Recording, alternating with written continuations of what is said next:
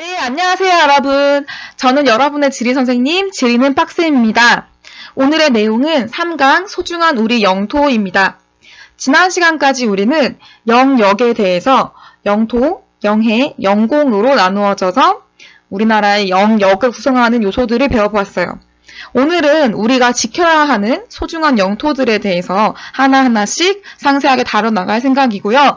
첫 번째로 독도에 대해서 배울 거고, 이어도 동해에 대한 내용들을 실질적인 내용 위주로 배워보려고 합니다.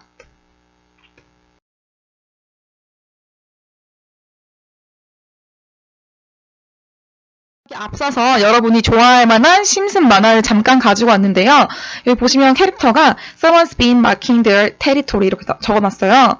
그래서 테리토리, 영역이죠, 영역. 누군가가 자신의 영역을 표시해놨다 이렇게 이제 나와 있는데 우리나라의 영토이고 명백하게 우리나라가 실효 지배를 하고 있는데도 불구하고 양심이 없게 조금 자신의 어떤 영토임을 주장하는 그런 불쾌한 국가들이 있죠.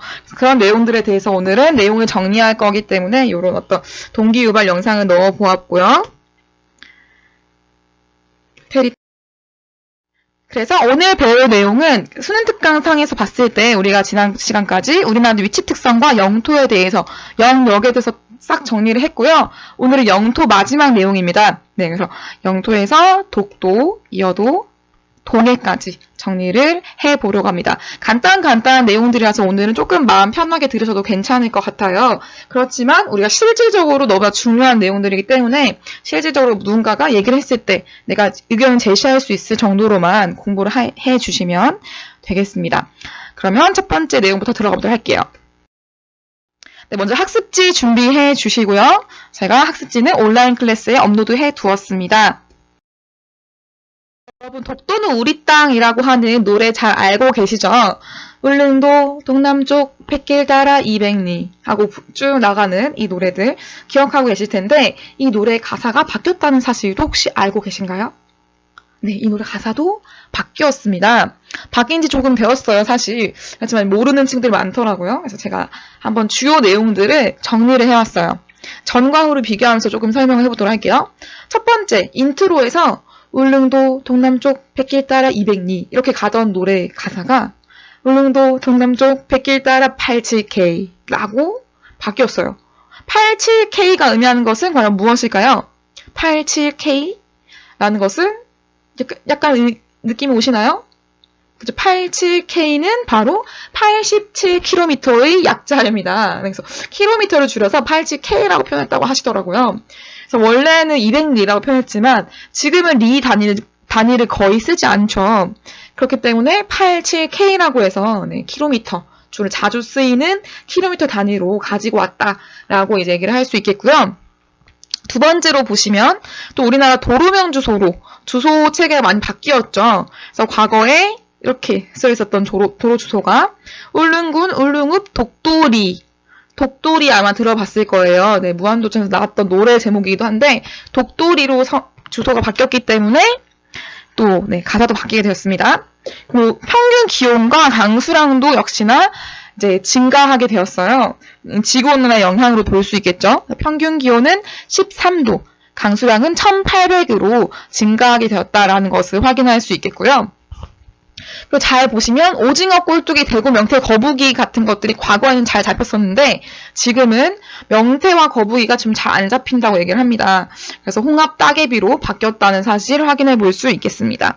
그리고 독도를 상징하던 것들, 연어알, 물새알, 해녀, 대합실 이런 것들이 있었는데 지금은 주민등록 최종덕, 이장 김성도라고 독도에 지금 주민등록 되어 있으신 분들, 그리고 이장이셨던 분의 성함을 넣었다는 사실 확인해 볼 수가 있겠습니다. 김성도 씨는 사실 독도로 제일 먼저 이주를 하셨던 상징적인 분이세요.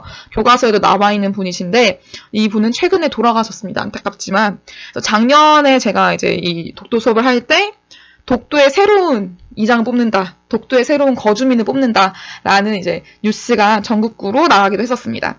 그런 점들 이제 관심을 가져주시면 좋겠고요. 독도에 대한 내용으로 본격적으로 들어가도록 할게요.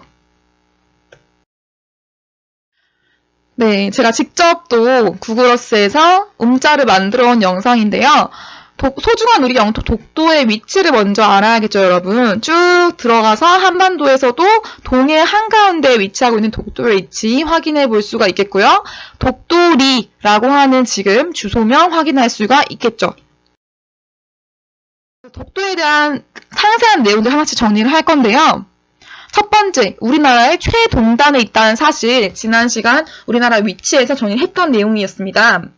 두 번째로 동도와 서도 그리고 89개의 부속 도서로 구성되어 있다라는 점도 역시 알고 있을 거예요, 여러분. 그래서 동도와 서도로 구성되어 있는 크게 두 섬이 있지만 작은 조그만한 지금 잘 보시면 보이겠지만 이런 조그만한 섬들이 이런 것들이 다 부속 도서들에 해당된다라는 것을 확인할 수가 있습니다. 그 다음 신생대 제3기 화성 활동으로 만들어진 섬이라고 할 수 있어요. 그런데 우리나라 대부분 여러분이 알고 있는 뭐 제주도, 그리고 백두산 같은 울릉도 같은 화산들은 보통 신생대 제4기에 만들었어요. 4기. 그래서 독도는 3기 말부터 형성되었기 때문에 다른 모든 화산들에 비해서 제일 형성 시기가 이르다라고 얘기할 수가 있겠습니다. 이 점을 좀 기억을 해주시면 좋겠어요. 독도의 다른 사진 가져왔는데요. 그래서 울릉도, 제주도보다 먼저 형성되었다라는 특징이 있겠고요. 그 다음 독도는 울릉도와 마찬가지로 사실 종상화산이라고 표현을 합니다. 그래서 전반적으로 급한 경사, 이것도 지금 확인할 수가 있죠. 사진으로도. 그래서 이렇게 급한 경사를 보여주고 있다. 그래서 이런 종상화산의 형태를 띠고 있다라는 점도 확인할 수가 있겠습니다. 자, 독도는 보시면요. 기후적으로 봤을 때 일단 해양성 기후를 보여준다고 할 수 있어요. 독도 지금 사진에서 보시면 아시겠지만 지금 독도 주변, 동도, 서도 주변으로는 뭐가 있나요? 여러분? 네, 이게 서도, 동도가 되는데 주변에 아무것도 없죠. 바다밖에 없어요. 그래서 바다의 영향을 많이 받는 해양성 기후를 보여줄 수밖에 없다라는 얘기를 할 수 있겠고요. 해양성 기후와 대륙성 기후는 우리 기후 파트에서 좀 더 자세히 배우겠지만 기온의 연교차로 구분을 하는 경우가 많습니다. 사실 직접적으로는 어떤 곳에 더 영향을 많이 받는가로 구분을 하지만 기온의 연교차가 해양성 기후일수록 좀 작다라고 표현할 수 있겠고요. 대륙성 기후라면은 대륙의 영향을 많이 받기 때문에 대륙은 바다에 비해서 훨씬 빨리 뜨거워지고 빨리 식죠. 반대로 물은 천천히 데펴지고 천천히 식기 때문에 기온의 연교차, 1년 중에 가장 더운 달과 가장 추운 달의 기온 차이가 좀 적은 편이다. 독도는 해양성 기후를 보여준다라고 얘기를 할 수가 있겠습니다. 여러분 가지고 있는 학습지에 요 아마 빈칸이 뚫어져 있을 거예요. 거기에 해양성 기후라고 체크를 해주시면 되겠습니다. 그리고 독도, 이거는 제가 조금 여러분의 어떤 상식을 위해서 넣어주었는데요. 독도의 영어 이름, 제가 주변 친구들에게 물어봤어요. 독도의 영어 이름 뭔지 알아? 물어봤더니 독도 이렇게 얘기를 하기도 하고 네, 여러 가지 얘기를 했는데 독도의 영어 이름 정말 쉽습니다. 톡 아일랜드라고 하시면 되겠어요. 그래서 여러분 뭐 이렇게 여러 가지 독도의 이름들이 있어요. 사실상 네, 세계적으로 많은 이름을 불리고 있지만 우리나라의 실효 지배를 받고 있는 독도의 실제 영어 이름은 톡 아일랜드라는 것을 기억해 주시면 감사하겠습니다. 그러면 우리가 이제 독도의 내용들을 사진 말고 좀 지도 자료로 확인해 보려고 하는데요. 독도는 일단 굉장히 가치가 커요. 여러분 가지고 있는 프린트를 보시면 학습지 보시면 아시겠지만 가장 큰 가치, 일단은 경제적 가치가 굉장히 큽니다. 그래서 여기 일단 보시면 여기 네, 동안 한류 쓰시면 동안 난류 쓰시면 난류가 쭉 올라가는 난류가 쭉 올라가고요. 난류가 쭉 올라가고 그 북한 한류와 니만 해류가 쭉 내려오면서 얘는 지금 차가운 한류가 되겠죠. 한류와 난류가 만나게 되면서 굉장히 살기가 좋은 환경이 됩니다.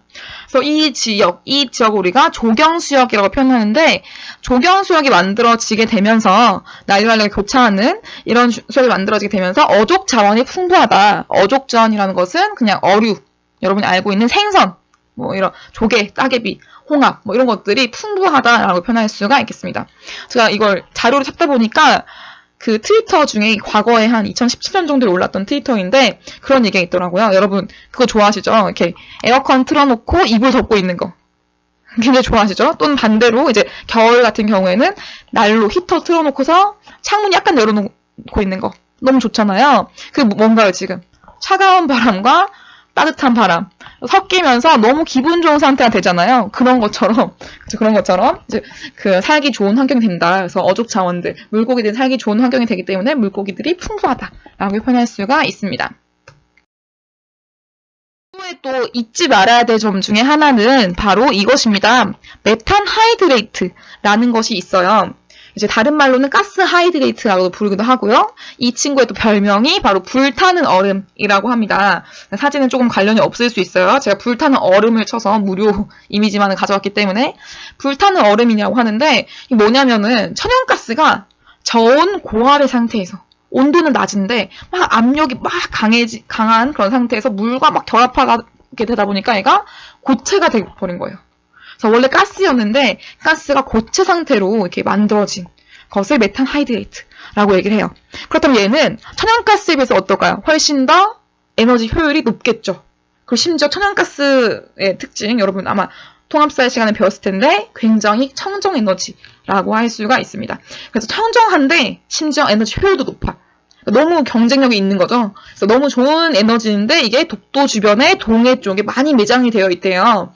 그러다 보니까 일본도 이걸 탐을 내는 거고 우리나라는 역시 지켜야 하는 것이고 그런 상황이 되는 것입니다. 그래서 역시 모든 것들이 이제 경제적인 것으로 갔을 때 더더욱 싸움이 격렬해질 수밖에 없는 환경이 될 텐데 그런 환경이다라는 그래서 그 포인트 중에 하나가 메탄 하이드레이트가 많이 매장돼 있다라는 점을 기억해 주시면 좋겠고요. 독도는 이렇게 여러분 알다시피 서도와 동도로 구성되어 있고 독도에는 사람이 살까요? 안 살까요? 여러분? 사람이 살까요? 안 살까요? 사람이 살고 있습니다. 네, 살고 있어요. 독도에 사람이 살고 있는데 이제 주로 그 김성도 씨처럼 독도에 실제로 그 김성도 씨 부부가 제일 먼저 이주를 하셨거든요. 근데 실제로 이주하셔서 사는 분들도 계시지만 명예 주민이 될 수 있어요. 여러분이 그냥 주민등록만 이렇게 명예로 옮겨서 독도에 주민등록증을 가질 수 있습니다. 그리고 또 이제 독도에 살고 있는 분들은 주로 독도의 지킴이들이죠. 독도를 지키고 있는 해양 경비대가 있어요. 독도에는 군인이 살지 않고 독도에는 경찰들이 독도를 지키고 있는데요. 경북지방경찰청에 소속되어 있는 독도 그 경비대 대원들이 독도의 동도에 주로 살고 있습니다. 독도의 동도에만 선착장이 있어요. 이거 보이지만, 그래서 동도에 선착장이 있고, 그리고 주민 숙소는 물론 서도에 있긴 하지만, 그래서 여기 선착장이 있고, 여기 이쪽에 이제 지금 다 어떤 행정기관들, 독도에 지키는 뭐 경찰 기관들 이런 것들이 다 위치하고 있다라고 이해를 하시면 되겠습니다. 독도에 대해서 더 자세히 알고 싶은 친구들은 네이버 지도에 가보시면은 네이버 지도에서 그 로드뷰라든지 아니면 항공뷰를 보면은 독도의 이 하나하나의 섬들을 다 직접 볼 수가 있어요. 그래서 그 점들 한번 살펴보시면 되겠고요. 여러분이 좋아하셨던 무한도전 위대한 유산에 제가 노래를 하나 가지고 왔습니다. 이 수업을 준비하면서 제일 많이 생각하기도 했고 너무나 감명 깊었던 노래 중에 하나였죠. 그래서 그 박명수 씨와 딘딘 씨가 함께 만들었던 독도리 제목조차도 무려 독도리였던 노래였는데요. 이 노래 가사를 한번 살펴보도록 할게요. 제가 저작권법상 지금 영상을 띄워줄 순 없고 가사를 함께 살펴보려고 합니다. 쭉 가지고 왔는데 울릉도 동남쪽 백길따라 독도리 되어 있고요. 너를 기다리고 있어 여기 독도리 하면서 이제 했던 그 노래죠. 그래서 좀 체크해야 될 것들을 몇 가지 제가 좀 체크를 해왔어요. 첫 번째로 세종실록 지리지 같은 경우에는 조선 전기의 지리서였어요. 우리 다음 시간에 배울 겁니다. 그런데 이 세종실록 지리지에도 이미 독도를 우리나라 영토이다 라고 기록을 아예 해놨어요. 그래서 이런 점들을 우리 이 박명수 씨와 딘딘 씨도 그 설민석 강사님의 강의를 들으면서 배웠던 내용들을 이렇게 가사로 넣었던 내용들이고요. 두 번째로 태정관 지령문이 있습니다. 태정관 지령문. 태정관 지령문이라는 것은 왜 공개를 못하냐? 왜냐면 이것은 빼박이에요. 빼박인데 왜냐면 1877년 일본 메이지 정부의 최고 행정기관이었던 태정관이라는 관이 있었어요. 네, 태정관이라는 행정부죠. 어떤 행정기관이죠. 행정기관에서 울릉도와 독도는 일본과 관계가 없다라는 것을 명시를 해라 라고 이 명령을 내렸던 공문이 발견되었습니다. 그것이 바로 태정관 지령문이에요. 지령이었던 거죠. 근데 이 지령이 공적 문서로 남아있기 때문에 이건 그냥 일본도 사실은 이걸 뭐 공개를 하기가 되게 애매한 빼박 자료다라고 얘기를 할 수가 있겠습니다. 그 다음 또 체크해야 될 것이 너무 잘 알고 있는 분이죠. 안용복 씨.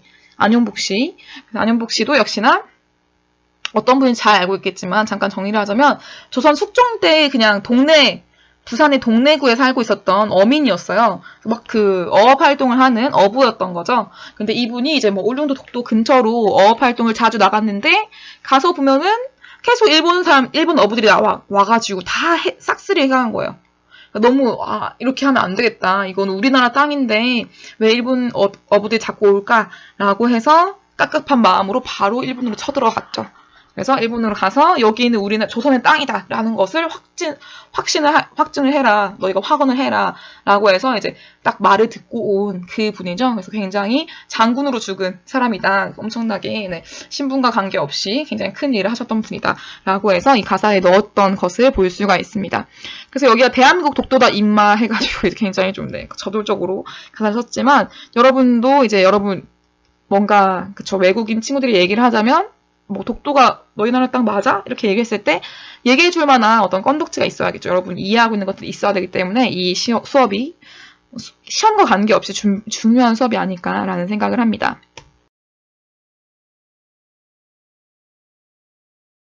했는지를 과거의 우리나라 자료들을 살펴보면서 좀 보도록 할게요. 그럼 우리나라 과거 자료들에는 독도가 나와 있는지 아닌지 첫 번째 자료는 교과서에 나와 있는 것입니다. 팔도 총도라는 그 지도가 있어요. 1531년도에 만들어진 건데 신증 동국 여지 승남이라고 하는 또 지리지가 있습니다. 지리지. 이 지리지에 수록되어 있었던 지도였어요. 근데 여기 잘 보시면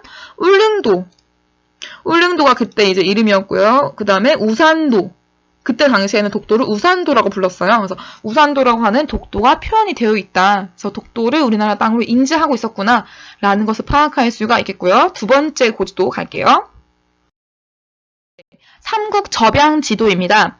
이 지도는 1785년도, 아까 방금 나왔던 지도보다 조금 더 200년 후 정도에 만들어진 지도인데 이 친구는 심지어 일본에서 제작을 했어요. 우리나라가 제작한 것이 아니라 일본에서 제작을 해서 만들어낸 지도인데 동해에 위치한 두 개의 섬을 그려놨습니다. 그리고 동해에 위치한 두 개의 섬을 조선의 것이다 라고 명시를 해두었어요. 그래서 지금 잘 보시면 아시겠지만 아예 색깔을 다르게 표시한 걸 볼 수 있어요. 일본 색깔은 요런 이제 갈색깔, 요런 색깔을 한다면은 지금 한국과 한반도와 울릉도 독도로 지금 추정할 수밖에 없는 위치에 이 위치에는 이 두 섬밖에 없거든요. 그래서 이 두 위치의 섬들은 지금 한국과 조선과 같은 색깔로 주황색으로 지금 그려놓은 걸 확인할 수가 있죠. 그래서 일본도 사실은 알고 있었던 거예요. 알고 있는데 역사적으로 다 알고 있었던 증거가 있는데 계속 그냥 우기는 거죠. 계속 우기는 소리를 하는 거죠. 우기는.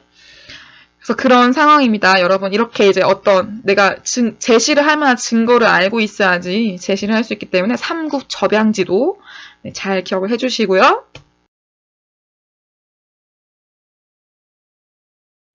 이제 이어도에 대해서 좀 살펴보려고 합니다. 이어도는 지난 시간 우리가 봤던 것처럼 지금 여기서도 보이는 것처럼 바로 섬이 아니죠. 해수면이 여기에 있는데 이어도의 땅은 여기 아래에 있어요. 섬이 아니고 수중암초이다. 그래서 즉 영토가 아니다 라는 점이 가장 중요하다라고 제가 강조를 누누했었고요. 영토가 아니기 때문에 당연히 영해를 가지지도 못합니다. 그래서 이어도는 영해가 아니고 이어도는 우리나라의 배타적 경제수역 안에 들어가 있다. 배타적 경제수역이라고 하면 EEZ가 되겠죠. 그래서 배타적 경제수역 안에 들어가 있다라고 표현할 수가 있겠고요. 다음 이어도 하면 가장 중요한 것 종합해양과학기지가 설치되어 있다. 이 점은 꼭 기억을 해주셔야겠죠. 그래서 여기까지 하면 충분합니다. 넘어갈게요.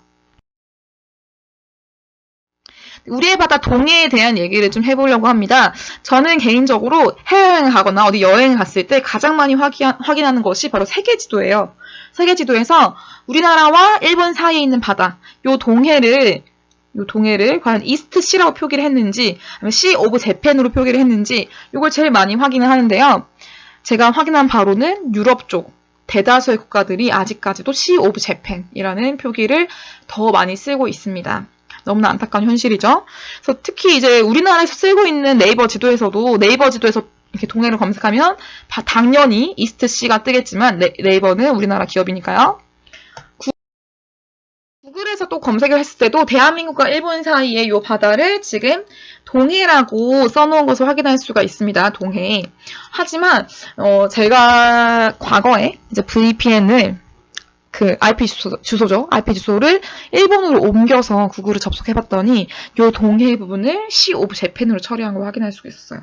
그러니까 구글은 사실 미국 기업이기도 하고 글로벌 기업, 세계적인 기업이기 때문에 어떤 논란의 여지를 만들고 싶지 않은 거죠. 그래서 한국에서 접속했을 때는 동해라고 뜨지만 일본에서 접속했을 때는 역시 C 오브 재팬이라고 뜨는 그런 어떤 야비하기도 하지만 어쨌든 되게 실리적인 그런 정책을 취하고 있다는 걸 확인할 수가 있었습니다. 실제로도 사실은 서양 세계에서 또 뭐 미국, 유럽 친구들이 크게 궁금해하진 않지만 자세히 지도를 들여다보면은 요 바다를 동해가 아닌 C 오브 재팬으로 표기하는 경우가 너무너무 많아요, 여러분. 나중에 혹시 이제 여행 가셨을 때 꼭 한번 확인해 보시고요. 여기 만약에 C 오브 재팬으로 되어 있다. 내가 좀 힘이 있다. 내가 좀 항의를 할 수 있다. 그러면 왜 여기를 C 오브 재팬으로 표기를 했는가? 지금은 사실 국제법상으로, 해양법상으로 C 오브 재팬과 이스트C를 병기하게 되어 있거든요. 똑같이 쓰게 되어 있어요. 함께 쓰는 것으로. 그런데 만약에 C 오브 재팬만 써놨다라고 한다면, 이스트C도 써달라라고 요구를 할 수가 있는 거죠. 그래서 우리가 알아야지 뭘 요구를 할 수도 있는데, 그래서 우리가 지리를 배우는 것입니다, 여러분. 여러분이 지리를 배우고 해야 될 것은 여러분이 힘이 있는 사람이 되는 것이에요. 그래서 뭔가 정책을 좌지우지할 수 있고, 이런 어떤 불합리한 것, 우리나라 영토에 대해서 말도 안 되는 것들에 대해서 강력하게 발언을 할 수 있는 사람이 되는 것이 저의 작은 소망이자 바람이라고 할 수 있습니다.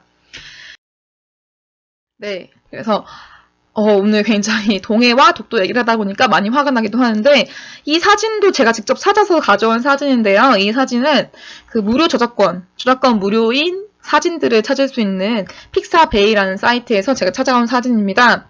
그런데 보시면은 여러분 보시다시피 여기 지금 우리나라 남한, 북한 그리고 일본 사이에 있는 요 동해로 우리가 알고 있는 바다에 Japanese Near 이렇게 되어 있죠. 그래서 거의 일본 해이다 라고만 적어놓은 거 확인할 수가 있어요.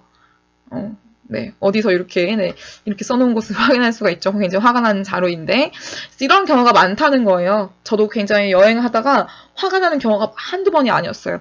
여러분 이것들에 대해서 얘기를 하기 위해서는 우리가 계속 말을 모으고 이제 왜 이러면 안 되는지 계속 얘기를 해야 되고 그 증거를 대야 되고 그리고 좀 내가 힘을 키울 필요도 있다라는 것을 제가 계속해서 강조하고 있습니다. 그래서 고지도 속의 동해를 보시면은 조선 일본 유구 국도라고 하는 지도가 교과서에 수록되어 있어요. 이 지도는 18세기에 만들어진 지도인데 지도에 잘 보시면 조선이 엄청 크게 표현이 되어 있고요.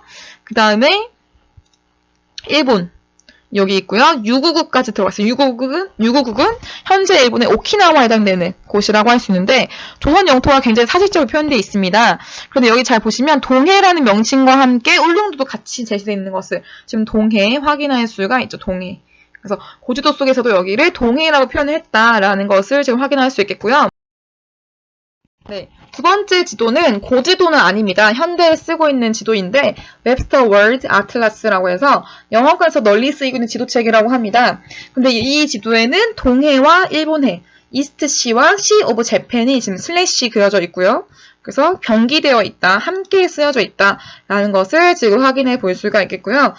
잃어버렸던 바다 이름, 동해라는 이 이름이 점차적으로 세계적으로 출판된 많은 지도에서 점차적으로 제자리를 찾아가고 있다. 하지만 제 생각에는 아직 멀었습니다, 여러분. 그래서 여러분들이 열심히 배우시고 열심히 공부하시고 열심히 힘을 키우셔서 계속해서 이 말을 하는 것이 중요해요. 왜 여기는 이스트C가 표현되어 있지 않냐? 왜 표기되어 있지 않냐? 라는 것을 계속 의문을 제기하고 계속 이제 말을 만들어내는 것이 중요하다라는 얘기를 하면서 오늘의 수업 마쳐보도록 하겠습니다. 오늘의 수업 한 줄 정리를 먼저 하자면은 제가 그 학습지의 제일 위쪽 상단에 만들어 놓은 한 줄 정리 있죠? 거기 지금 빈칸 채워볼 건데요. 첫 번째 빈칸은 그렇죠. 독도가 되겠습니다. 독도는 신선의 제3기 형성된 화산섬이고 많은 가치를 지니고 있다. 우리 영토이다. 그 다음 두 번째 빈칸에는 동해는 여러 고문원과 고지도에서 1번부터 먼저 명칭을 사용한 증거들을 볼 수가 있다라고 한 줄 정리를 해볼 수가 있겠습니다. 오늘의 수업은 여기까지이고요. 제가 여러분에게 하고 싶은 말들을 매 수업마다 맨 마지막 그 PPT 슬라이드에 넣고 있는데 오늘은 keep calm and believe, imagine, be you, dream 뭐 이런 것들을 넣어봤어요. 그래서 여러분 자신이 되는 것이 정말 중요하고 여러분 자신이 되면서 내가 정말 원하는 것이 무엇인가 상상해 나가면서 그것을 막 그려 나가면서 지금 읽어 나가는 시기가 아닌가. 저에게도 그런 시기고 여러분에게도 그런 시기가 될 거라 믿으면서 오늘의 수업을 마치도록 하겠습니다. 수고 많았고요. 다음 시간에 보겠습니다. 수고하셨습니다.